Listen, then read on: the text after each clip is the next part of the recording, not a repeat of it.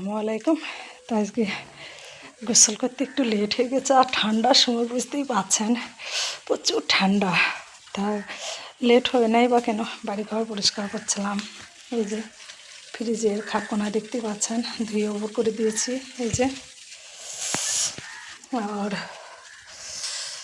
পরিষ্কার পরিচ্ছন্ন করতে লেট হয়ে গেল। ফ্রিজটা মুছিয়ে পরিষ্কার করে রেখে দিলাম, আলমারিকে মানে সব কিছু মোছামুছি করছিলাম, একটু লেট হয়ে গেল গোসল করতে।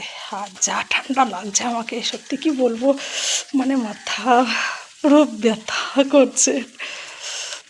মোটরে পানি এখনো মানে ছাপিয়ে গেছিলো গোসল করতে গিয়ে, তা এখনও আওয়াজ মানে চুয়াইছে, বুঝতে পারা যাচ্ছে।